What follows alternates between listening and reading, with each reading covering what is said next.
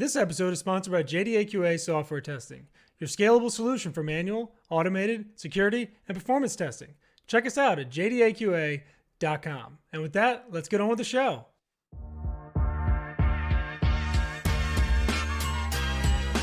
This is The First Customer, hosted by Jay Agnew.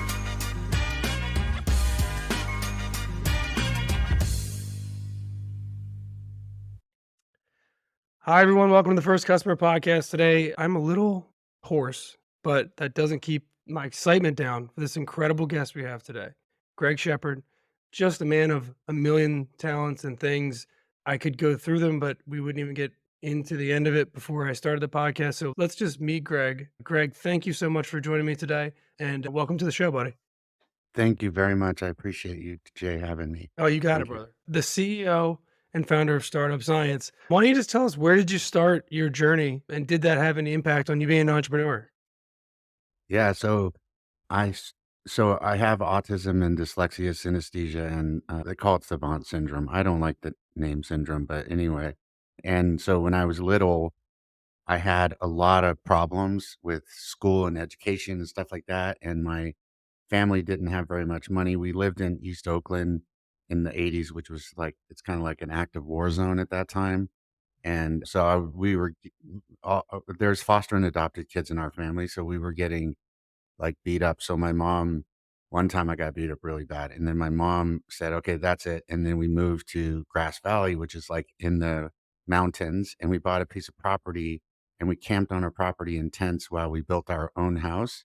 Wow. And then we lived on the property, like, and I raised animals and I sold them and I sold Rubik's cubes and I used to catch rattlesnakes and sell them. And, I heard you that know, story. Did you dig into that a little bit? Was it a true story that you sold the venom or something? What did you do with that? no, totally. Yeah. So what I would do is I would take a stick, a long green stick. And if you get a long green stick and you slice it down the center, it wants to close back where it was.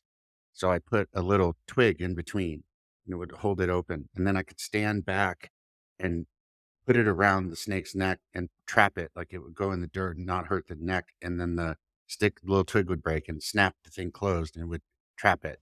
And then I could grab it behind the neck and throw it in a feed sack and take it to the back door of this pet store. It was like black market. And I didn't know. I was just a kid. Right. And they would take the venom out for anti-venom and they would clip the fangs and sell it as an exotic pet. Wow. I got $200 a snake, man. This is like in the 80s. This was good That's money big for a money. kid. Yeah. Yeah. Did you ever get bit? No, I mean, you learn their behavior and they can leap about half their body length. Right. So you just look at them and you're like, okay, and you have a stick and you kind of distract them and then you kind of move around them and then you get behind them and then boom. Wow. And they wrap around the stick. So they like get pinned and then they immediately wrap around and start going nuts. Right. And then sometimes you don't even have to grab them. You just take the whole stick and throw it in your feed sack. That is like the most incredible starting out entrepreneur story. So where did you go from there? So then I would import Rubik's cubes. Used to go to the swap meet and buy them. And then I ended up buying them by the case for that guy and sell them in school. And then my mom caught me with the rattlesnake thing because there were a bunch of underneath the house in a cage and she called the animal control. And then and then my mom knew it was me and that was over. So then I started selling rats because the guy told me at the pet store that they would eat rats. So I got a female and a male and I started breeding them and selling rats to them instead of the snakes.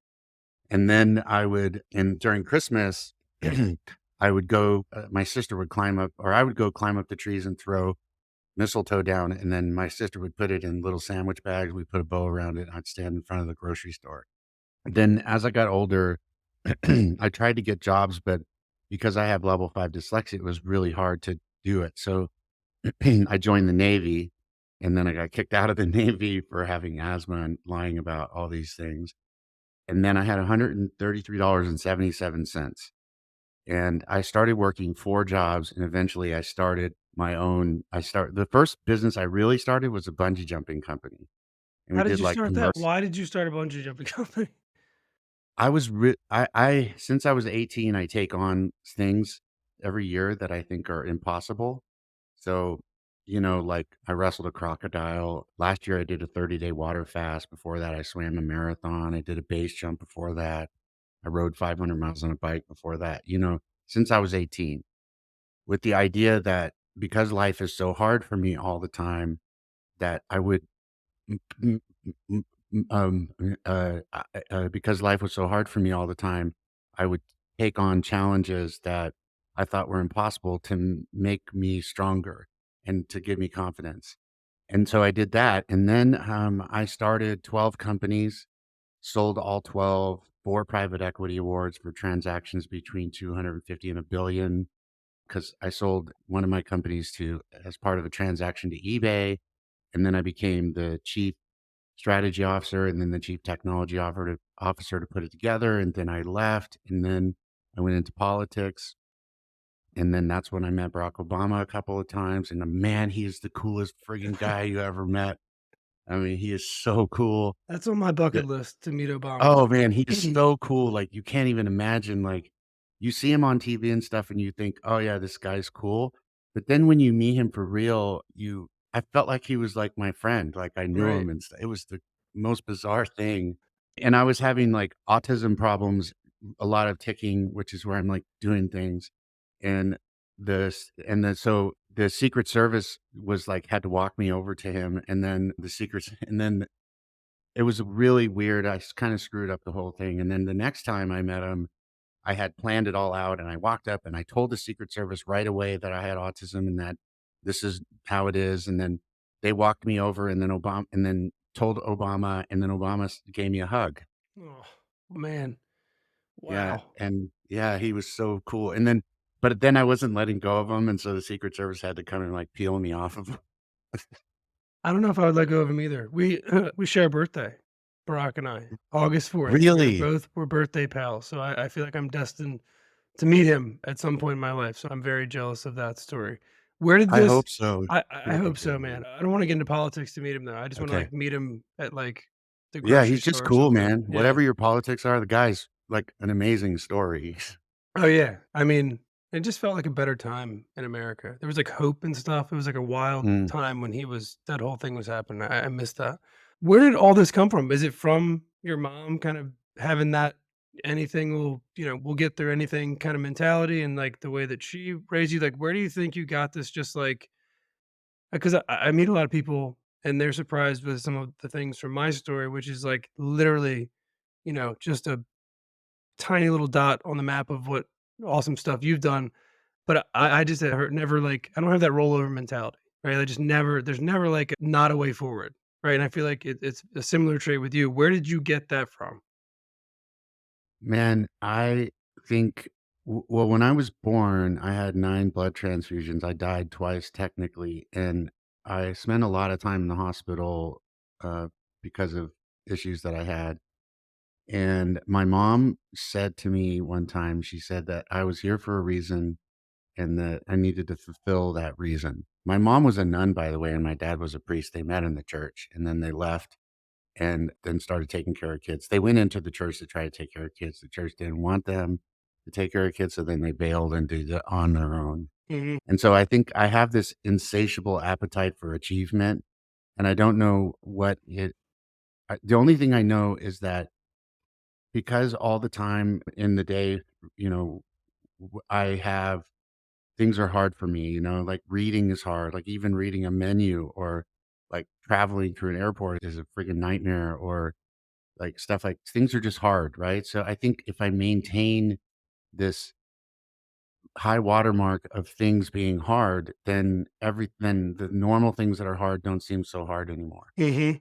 No, and I You love know? the on your website, I love the challenge, how you kind of just you've had a yearly or, a couple times a year, you have these challenges, and it may be something I'd try to adopt in my life. I love that kind of just picking some audacious goal and just going for it. And what would be your favorite challenge that you've kind of risen to so far?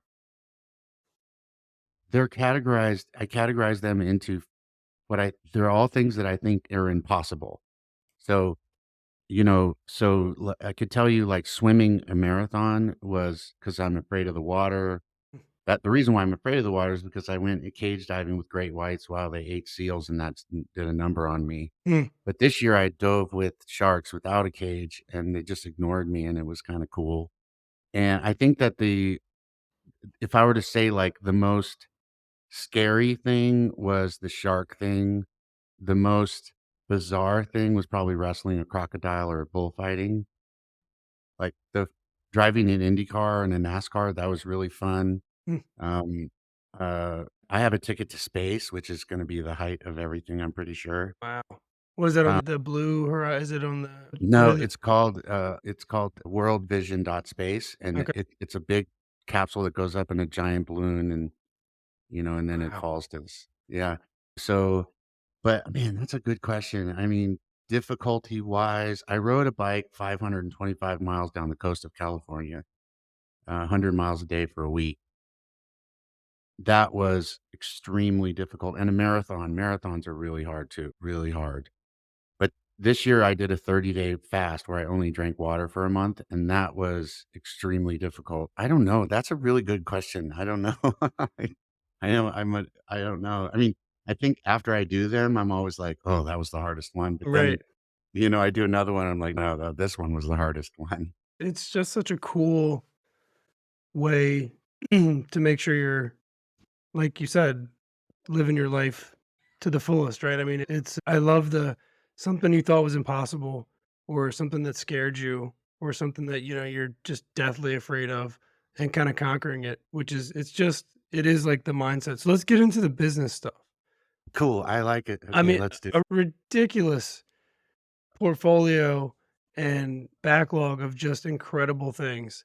You know, what was your first quote unquote real business? After you got done milking snakes and doing all these other things you were doing. What would you consider your first kind of real business? Like, I wouldn't count the bungee jumping. The first one was a bank, a non-depository bank, and the Okay. second one was an environmental applied biotechnology company. And then the third one was when the internet came out. Mhm. And then I found my place. And Right. then I just went apeshit in internet stuff. I learned how to code, and then I started like that was like because think about it, like with software, you can take vapor, just something that's in your head and create a business that people are paying for out of nothing, Right. just your imagination. And for me, that was like the most amazing and still is the most amazing thing that you could ever do. Like it's magic. It really is incredible, and I think it gets lost a lot of times how incredible it is to, like you said, take some ether and just like bottle it and then like repackage it and sell it to somebody else, and they pay you for something that you were thinking of that you made through code. Does the dyslexia come up when you're programming at all? Does that like impact the coding side of things? I haven't coded for a long time, but when I was coding, yeah, it would. So basically, coding is just like learning another language. It Right. really is like integers just mean things, just like letters and words mean things, and there's Right. punctuation and things don't sound right. They don't work right if you don't do the right punctuation. So I just sort of thought of it as I used to because I'm a nerd, so I used to think of it as like an alien language, and I was just like speaking alien. I mean, it's not that far off. I mean, it is. We're talking to computers, so it's not that far off. So tell me about the eBay thing and like buying these businesses and selling these business. Like you exited 12. I mean, people are lucky to sell one business in their lifetime. How the hell did you sell 12 businesses? So I have this thing. I have this savant thing, and my special power. Like I don't know if you ever saw the movie Rain Man. So he's a autistic savant. Mhm. 10% of autistics are savants, but Okay. only autistics are savants. And mine is patterns. So I can see patterns in everything, and that allows me to see opportunities and ways to make things function better and stuff. So, like as an example, what I did after politics was I learned that 4% of people have the ability to get out from check to check living.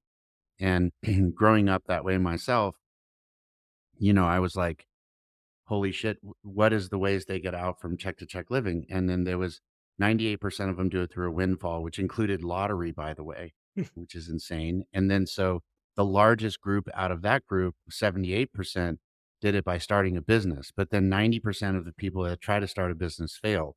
So then what I did is I put 500 grand into a fund, and then I started a research project to find out how, when, and why founders fail. Because when I was a chairman for a congressional candidate, and during that time, I politics were not. I couldn't do. As long as they can lie and there's money in it, especially as long as they can lie, it's like, what are you going to do? Right. So, so then I said, okay, I'm going to help founders because that's what I'm good at. I just smoked a joint, went to the beach, and I was like, oh, I'm going to do what I'm really good at. Because I had studied all these operating systems and figured out had this algorithm of starting businesses. I got better and better. The last one sold in a year and a half. The last one sold in 3 years. The one before that sold in a year and a half. And so I was like, okay, I'm going to teach people, I'm going to change and create opportunity equality, not wealth equality. That's a lagging indicator, opportunity equality for everybody by teaching them why founders fail. So I did this huge research project, and then I wrote a book about it. It gets published in September from Ben Bellick Publishing. Mm. It's called Startup Science, the Life Cycle, which is where I went through and explain to people the innovation life cycle, the startup life cycle, everything that happens, why people fail during it, all of the stuff that I studied to try to help. Then that turned into a school called Startup Science, where I started creating micro learning lessons that are like 8 minutes and I gave it away free to universities, nonprofits, all the founders can go in free and take all these courses. And they specifically highlight in micro learning ways exactly what you need to know to start a business, which includes stuff like ideal customer profile, personas, all the stuff that you do on your show. And in doing that, all these founders come in, and then Fulbright, I don't know if you know who Fulbright is. They're like the largest academic institution in the world. They get like $1 billion a year from the US government Mm. to give people scholarships. They contacted me, and then I founded the Fulbright Entrepreneurship Initiative with Fulbright and a few other people, which was like amazing. And then now it's going into universities to give grants away to founders who start businesses that are in environmental sustainability and inclusion items, which is like my whole like world, Mhm. or what I really care about. And I'm in my fantasy now doing this. It's freaking amazing. So also it has like it does your IC it'll do things for you. It has 180,000 investors they can find. It's got like it does your Tam Sam Sam. There's grants in there. Like it's basically the whole startup ecosystem in one place. Mhm. And then we just give it away, and then founders can come through. And that's how I'm trying to help now, because I think that you have to change the world at the roots. Things rot from the roots and they grow from the roots.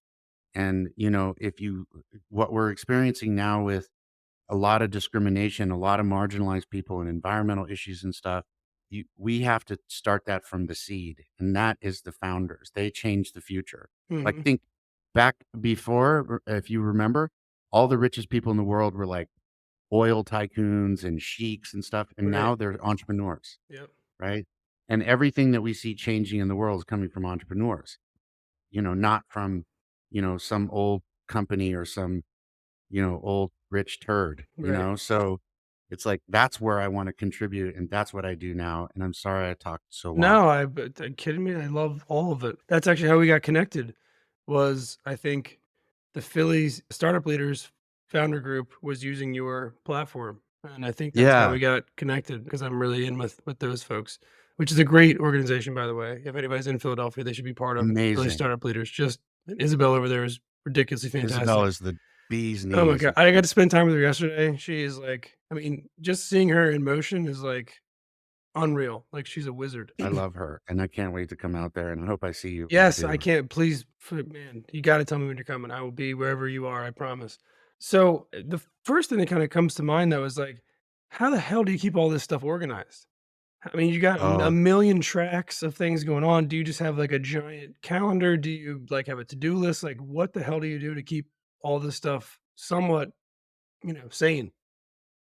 I do. I'm hyper. So when you have autism and you have all these things, you have to rely on other tools. Like if you're somebody that has one leg, you have a wheelchair. and so on and so forth, right? So I have all these things. So I have software that reads to me. I have software that types when I talk. I have all kinds of little algorithms running on inside of different products, you know, that I have what I call routines, and then I have routines separated out into different types. And so basically, what I've learned is if you look next to me, there's a picture of Einstein. And one thing that Einstein, he was also autistic. And one of the things that Einstein said was that you shouldn't be remembering things that you could keep somewhere else. You Right. should maintain your brain for the things that are active now. So I store everything. I use Apple reminders like crazy. I have a lot of spreadsheets that Apple reminders attaches to. So I can just, something pops up. I click on the link in there, it goes to a spreadsheet.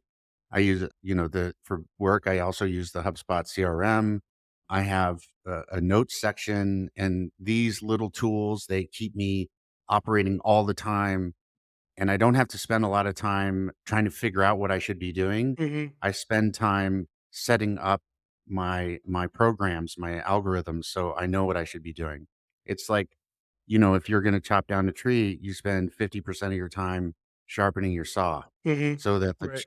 so that's what I do. I spend a lot of time creating processes and algorithms and reminders and things like that that tell me what I need to do and when I need to do them. And I do it at the point, right at that time. And, I text myself things, I email myself things. And the combination of mainly the reminders with links to Google Sheets and email and text is that's in my calendar, obviously, Mhm. is my system. So, like at any one time, like right now, I finished the book Startup Science and Life Cycle, and now I've got a 5 book deal. So I'm writing one on funding and capital and one on innovation. I'm doing 2 books at the same time. I have a bunch of investment companies. 2 of them are selling right now. One of them is doing a round. 2 of them are doing a round that I'm the lead investor on. And I run Startup Science, and I'm part of the Fulbright Initiative. I have a Forbes radio show. I'm on these podcasts a lot of days, and I'm training to ride up a 14,000-foot mountain on a bicycle. So that is like, and I have, 3 kids and, a pig. And the pig is like, we have a dog too, but she's like a dog. And that's like that's how that's the maintenance, right? But on top of that, I have all these processes. I get up at 5:30, I do yoga, I meditate 3 times a day. I train in the morning, and then I do yoga again in the afternoon, again in the evening, and meditate each time. Mhm. I have a specific eating regimen. Everything is planned out. A lot of people don't like to live that way, but I can't live another way. Mm. It makes me very nervous. I mean, I think people want to live that way, but they can't, to some degree, right? Like, they want some, like, predictability and foresight and, some sort of process and methodology, and I struggle with that. Like, I'm I've been successful, but I've been successful on the fly, so it's like I Yeah. struggle to really, like, a to-do list is like my best friend and my worst enemy. Like, I think I'm gonna use them, and I think they're gonna be great, and I've used 50 different tools, and I have a team, thank God, that, does most of the wrangling of me. But, if if left up to my own devices, I struggle with that. So I think a lot of people, especially entrepreneurs, would love to be more rigid with their organization because it's easy to say it, but then, like, life gets in the way, like all the things you just mentioned. Like, most people just get, like, so sidetracked that they can't even do, 1% of the things you just said. Is there a day of the week that you sit down and kind of calibrate what's coming, or is it just everything is kind of in motion? I do it the day bef so at the end of every day, I do a decompression, and then the next day, I Okay. do a retrospective and a decompression Wow. at the end of every day, and then I get ready at the beginning of the new day. That's what meditation does, it gets my mindset right. But, like, basically, I'll just tell you, like, how this so I have in my reminders, I have a list of annual things. And then in there, I have reoccurring things. So giving blood every 8 weeks is a reoccurring thing. It just tells me, here's what you need to do. Here's the place, location. Here's Mhm. their phone number. Here's their hours. Everything's right there. Right. Then I have monthly. So I moved things from yearly, annually into monthly, and then I moved things from monthly into weekly, and I moved things from weekly into that day, and then I have next up.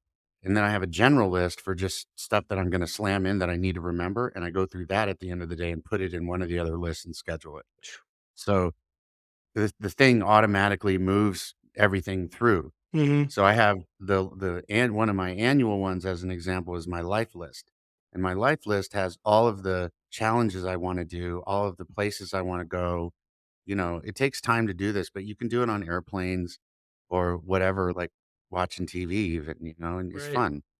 And Dude. then I choose things from those things, put it on my annual list, and then move it through so that, like right now, I'm training for this cycle climb. It's the fourth hardest cycle climb in the world.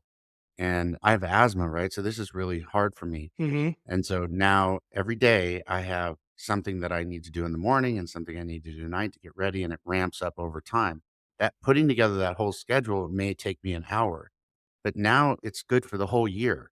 Right. So, you just on my birthday every year, I sit down, I take the entire day and I plan out everything. And then at the end of the day, I'm done. I feel this great feel of relief. And then I just follow what it's telling me. It's like having a secretary or like an assistant. Right. I don't know if you could say secretary anymore. I don't know if it's Um, politically correct, but, yeah, I don't know what you know what I mean. Like you have an I think you can assistant. say it because it's not. I think it's still a job function. Gender, it's not Yeah, it's not gender. Yeah, gender specific. It's like saying flight yeah. attendant, like, you assume that it's probably a female, but there are, Yeah. Well, I'm males. sorry if anybody No, I don't was think anybody's upset gonna with take me. offense to that, but if they Okay. do, we apologize profusely. Yeah. I love the birthday thing. That's a great dude, I feel like maybe you can be my life coach. I feel like I'm, like, learning so much just for my own personal self. I don't Dude, really I would and love to show you. Yeah, I would I love to show you what I do. Because think about like this, right? People do New Year's. Well, New Right, Year's is an arbitrary thing. Your birthday is your new year. right. So Yeah, I do it on my birthday. I love that. I have to be done by my birthday. I have to decide the next year by my birthday.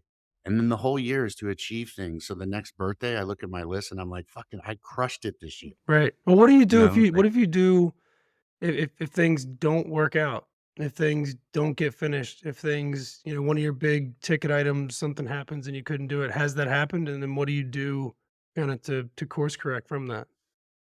so just like when you're doing a startup, right? Like people are always like pivots and all this kind of stuff, right?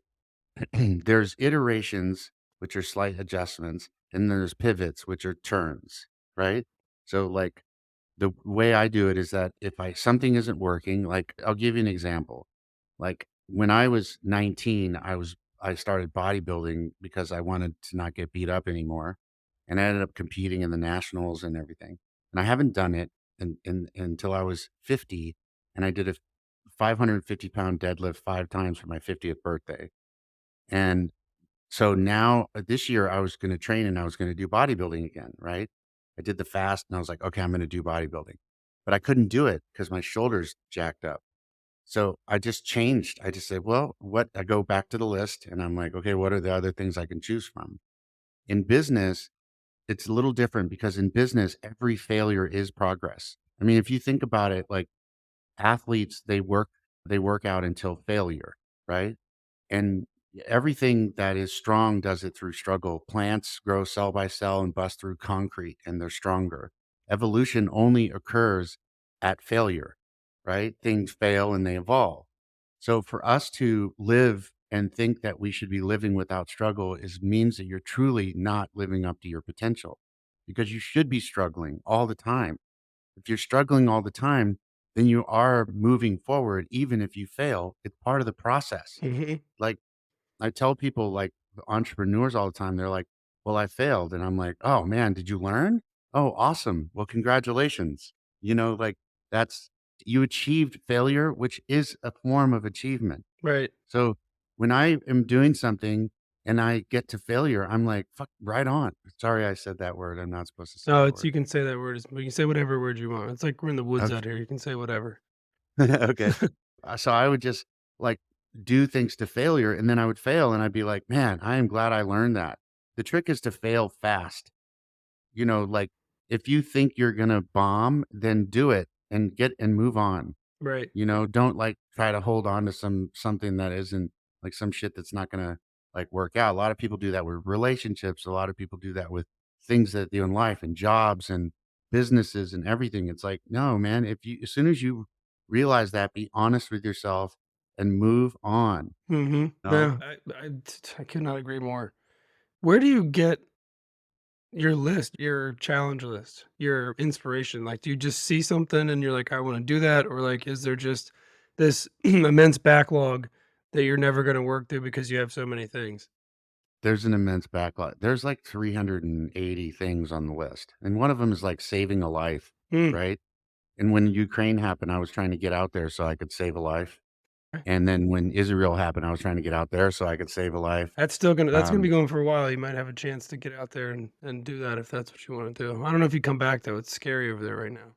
yeah, but I, yeah, I just have this huge list and I watch a lot of documentaries. I don't like to watch things unless I'm learning from them, except for like Star Trek and Rick and Morty and stuff. I'll watch that, but I don't like to watch things that are just like unnecessary information. Right, So I watch documentaries and I get a lot of stuff from documentaries. I'll watch something, I'll be like, just a little flash or something, be like, "Ooh, that's cool. right. I wanna try that," and then I add it to the list. What's your favorite, most recent documentary you've watched? It's a documentary series. My favorite all-time one is, Through the Wormhole with Morgan Freeman, Mhm. That's a because I great love one. physics, Yeah. and it's yeah. But it's not just physics, it's all kinds of stuff. It's amazing, I love it. But then I watched this one called The Human Play or something like that. And it's all these people that do like how humans play and all these really bizarre things like, wrestling in Africa and all kinds of crazy stuff. And I got a lot of ideas from Well, that. that was the one with the cliff diver on the trailer, I think, right? Like, the guys that, like, Yeah. jump off the guys some third world country, they, like, jump off a cliff as, like, their way to have fun, I think. Yeah. I have that on my I list. I think that was tried to a do it actually this year, but I couldn't because the tide has to be in a certain place for you to jump in. well, and, if the climate keeps going that way, you'll be able to jump probably from your house. Yeah. If the water keeps rising the way it is. And so what I mean, ridiculous, just, like, the inspiration level from somebody that, you know, talks to you, I'm sure is ridiculously high. How are you going through your day to day and, you know, how do you disseminate that inspiration? Is it through your founder work? Is it through books? Is it through talking to other people like on a day to day basis? Is it through your kids? Like, what is it that you're like, how are you getting out that ridiculous level of like drive and determination? Because that is a really cool thing a lot of people don't have. Like, how are you helping other people with that? Well, thank you, first of all. Like, you've said so many really nice things to me, and I really want you to know that I appreciate it and gratitude. I mean, Jay, that's so cool. you're probably the coolest guy I've met in a very long time. So I mean, Oh, I do mean all of it. thanks, man. Well, one thing I did is when I did the TED Talk, I did a TED Talk, I forgot to talk about that, but I did a TED Talk on it's called Thriving with Autism, and when I did that, it was a big deal for me because it was the first time I ever talked about autism openly, and it was scary because I thought everybody was like, it was coming out, and I thought everybody was gonna be like, "This guy's" and I was gonna have the same kind of stuff that they used to do when I was little. Mhm. It didn't. It turned out the opposite, but I didn't know that at the time. But I did that, and then sometimes, like, I try to speak at universities, and I, do these 1-minute mentor things on YouTube, and I post a lot of content, and I really try to. And I do a lot of podcasts. I do like one of these every day. Hmm. I've done like 100, and I don't even know how many. Wow. And I try to get to talk about it because I really feel like I know for a fact that people are more capable than they think they are because, like, we all have the same hardware. It's just different software. And that means that if I can do it, then that means anybody can do it. I mean, I have asthma, man. I swam a marathon, you know, I have autism and dyslexia. I wrote a book, right? Like, I mean, I dictated a book to a writer, but still, it's my handicap, right? So everybody you can do things that you think you can't do. You really can. And I know it sounds cliche and like, and this isn't like some Tony Robbins bullshit, right? This is like you can actually do these things. It takes a methodical process. It does. And it takes what I call a handful of things, like five fingers in your hand: focus, drive, enthusiasm, discipline, and optimism. And because if you can't do anything, if you can't focus, you have to be able to get yourself to focus. But if you can't, then you use discipline, and then you have drive. And drive is trying to go somewhere, wanting to do something, and feeling that the outcome of whatever it is when you get there is worth the process. And Mhm. the way that I do that is by thinking the process is the destination. Like, training for something is the fun. The doing it at the end is just dessert, but the meal is doing it the whole time because you feel better all the time and, all that stuff. So that's focus and drive. And then enthusiasm is, first of all, enthusiasm is contagious, and you have to be enthusiastic about things to get yourself excited and to get people excited around you. So you have to pull some enthusiasm. That's focus, drive, enthusiasm. Discipline is like the linchpin. Like when like this morning, I got up, I'm like, I smoked a little too much weed last night and I had to get up at 5:30 and I was like, fuck, and then cause I was going to go do a cycle and train, and I just deployed discipline. It's like this other person that you just kind of kicks you out of bed and says, just go do it once you're there, and then optimism. And optimism is the biology of hope, right? The concept of optimism to me is the idea that that you are optimistic about the outcome. You're not thinking you're going to fail, you're thinking you're going to achieve. Even if you fail, you're still going to achieve. So the handful, focus, drive, enthusiasm, and discipline and optimism, is to me that's like the ingredients. Right. You master those, and and then you deploy them like tools. Mhm. Like you need a screwdriver, you need a wrench, whatever you need.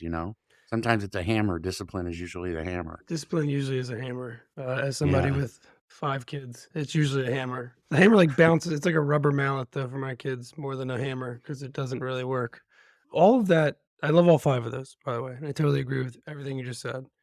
How I think personal discipline is easier than business discipline as an entrepreneur, and I don't know why, and maybe it's just me, but to get up at 5 a.m. and to work out and to do the things, I'm kind of on the same kick as you. I've got the little, the guy on my shoulder that says, "Get out of bed, go do what you got to do. It's gonna Yeah. suck." My flight instructor told me one time this story about this guy who ran a mile every day and like he broke his leg and he was still running the mile and like blah blah. And the guy sits down and asks him, he's like, "How do you do this every day?" He's like, "I put my feet on the floor." He's like, "I get up every day." He's like, "I just put my feet on the floor." And he's like, so I think about that just about every day. I'm like, just put my feet on the floor. If I put my feet on the floor, I'll get up and finish the rest of the day. But I sometimes struggle with maintaining that focus or the discipline or the different things in business. Do you have that? Have you seen that? Is there a difference between the kind of personal accountability and versus being an entrepreneur where you have all this freedom to do everything and you can do anything and there's a million things that you have to do?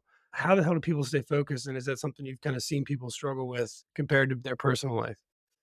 Yeah, totally. I mean, most entrepreneurs have the attention span of a fruit fly. Yeah, So, you tend to go bounce around. And the other thing is that most entrepreneurs do what they want to do, not necessarily what they should be doing. right. So, what I do is I have an achievement stack. Okay. So, the achievement stack is you have a mission, something you want to achieve. So I want to do this by X so that I can do this. So it's like a customer user story. I want to do this by this date so I can do this Right. or have whatever outcome it is, right? Then it's that simple, right? And then underneath the mission is I call it a modem. So the objectives. So what are the objectives that I need to achieve in order to make that mission happen?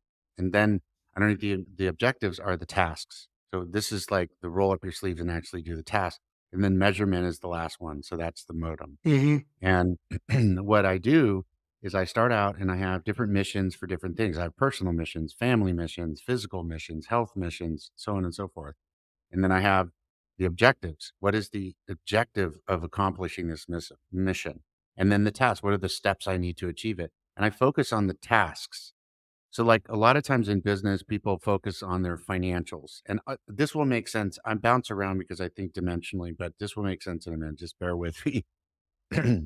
A lot of people focus their business on their financials, and investors focus their business on financials. But your financials started 6 months ago. And so, looking at your financials when you're building a business is like driving down the freeway looking at your rearview mirror. So you have to pay attention to what creates the financials. And those are the leading indicators, the things that create those. So it's sort of like people go to the gym, go and they get on the scale and they're like, oh my God, I put on 5 pounds. And then they think, oh, but it's already too late. You already have the 5 pounds. So you have to think now, you have to say, okay, if I want to lose 5 pounds, I have to change something at a tactical level in my day to day life. Like, don't eat, get exercise, whatever it is. Like maybe stop drinking Coke every day or something, right? And then that one change ripples all the way up to the mission, to achieving the mission. So in business, I do the same thing. So, like, like right now today, I'm writing this book, Funding and Capital, to try, because founders don't understand. This is something that I really need to make sure people understand, like funding and capital, how it all works. So, so I don't write like, I don't sit down and go, I'm going to write the whole book. I decide I'm going to write a table of contents and I'm going to write the individual chapters. And I just work on it a little bit every day. I don't try to bust it out. I don't do like massive amounts at one time. I just do a little bit every day. The last one took me 3 years, you know, and that is how you achieve missions. So on a daily basis as a founder, you got to sit there and you got to say at the beginning of the month, what do I want to achieve? And by what date? And what is that going to mean for me? And then you have to say, okay, in order to achieve that, I have to have these objectives. So one big mission, and maybe like I always tell people, don't do more than 5 objectives. Typically, you do 3, and then you don't do more than 10 tasks. And if you achieve those tasks, you achieve the objective. If you achieve the objectives, you achieve the mission.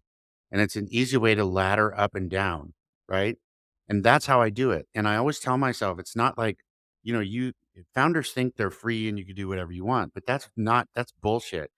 You have to do what you need to be doing, not what you want to be doing. Right.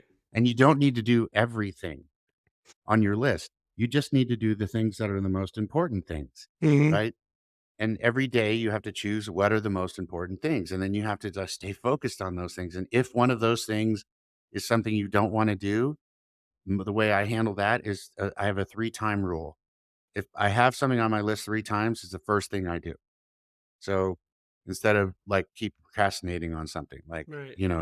some giant report or some deck for a board meeting or something, like Right. I'm like, oh, fuck, I'd rather like, I would rather like walk on glass than do these things. So Right. I'm like, okay, it's the first thing I'm going to do. Just get it over with and I'll feel happy when it's over. Right. No, I love that. That's great advice too. Who were some of your first customers? I mean, you've had so many different businesses, but who were kind of your memorable first customers of some of those businesses?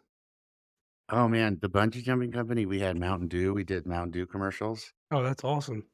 Yeah, and we jumped a GMC Jimmy truck off a bridge one time. It didn't have anything in it. It was like a frame, but it was for a commercial, and that was Okay. fun. And then a bunch of like rock stars like Motley Crue and stuff. And then I think in banking, when I was doing banking, I had this old guy who was in Vietnam and he got Agent Orange poisoning, and it was really really rough life for this guy. And so I did the whole loan for him for free and, restructured everything. It was really cool. I helped him a lot. That was really meaningful to me. I'll never forget him. And then in biotechnology, we had all of the franchise restaurants because of the grease that they put into the system, it's hydrocarbons. And my business used bacteria to eat up hydrocarbons, an innocuous process that produces oxygen and water. So instead of using chemicals, which are toxic, it was a little before the time before we became all green and everybody was like, you know, didn't believe it and everything, but it worked eventually.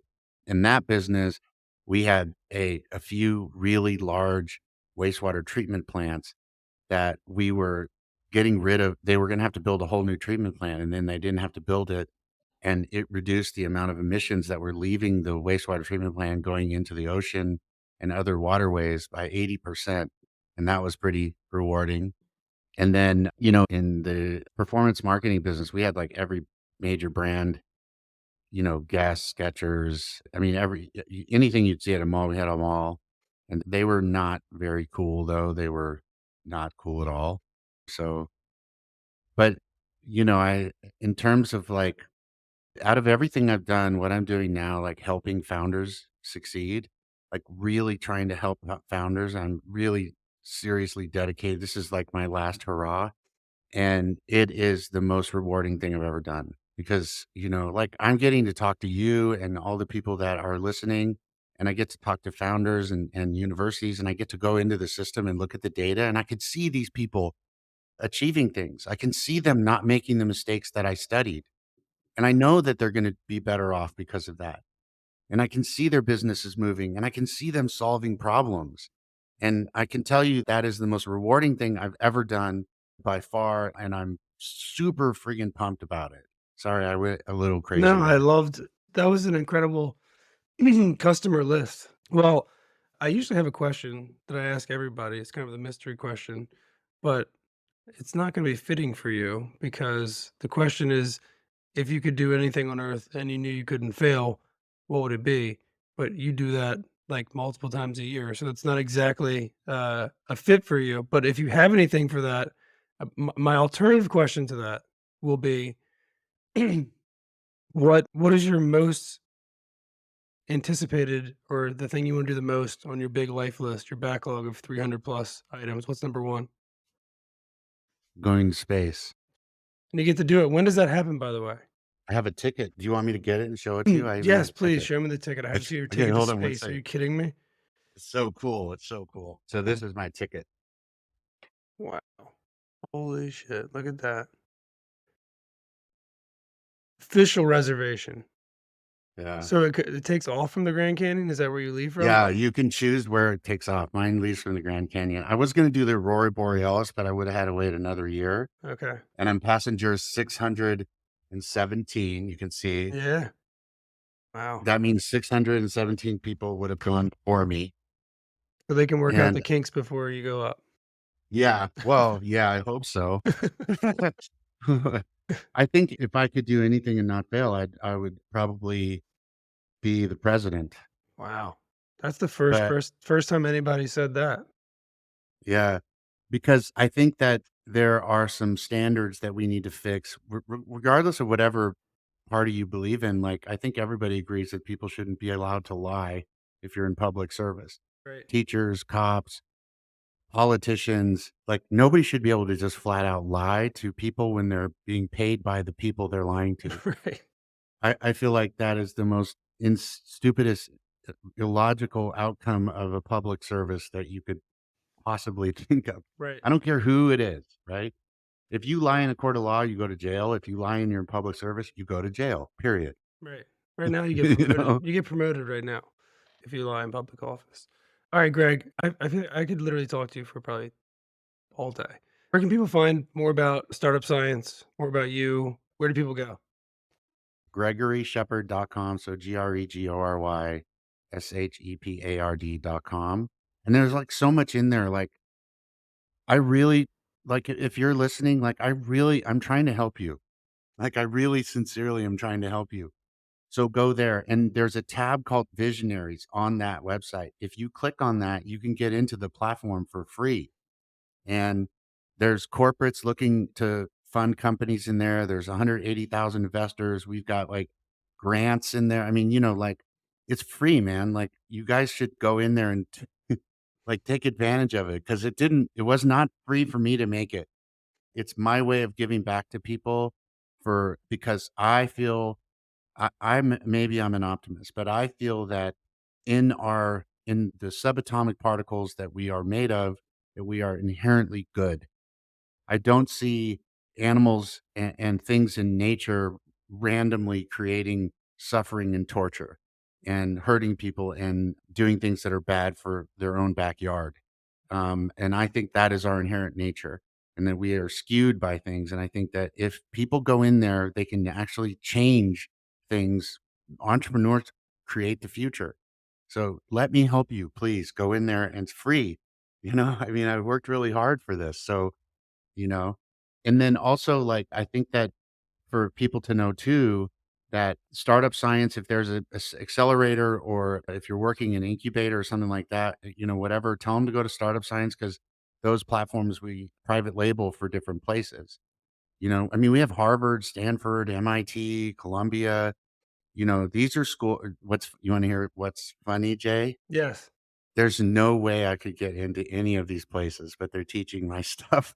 Because when I was little, everybody called me retard and stuff, and now those schools have my stuff, and it's so funny because I could never even get in those schools. Ugh, man, to say you're an inspiration is downplaying it, my friend. I think the world needs more people like you. I hope people check you out. I will link your stuff all over the place. I'm in the startup ecosystem here in Philly, which I will be, sharing out your stuff with everybody. And I hope everybody uses it, and I hope everybody buys your books and just learns from you, because you've got a lot of knowledge to share. And I feel very fortunate to have gotten some of your time today. And I'm probably going to be a better person after talking to you today, Greg. So thank you very much for your time, and talk to you again soon. Okay. Thank you. Thanks, Greg.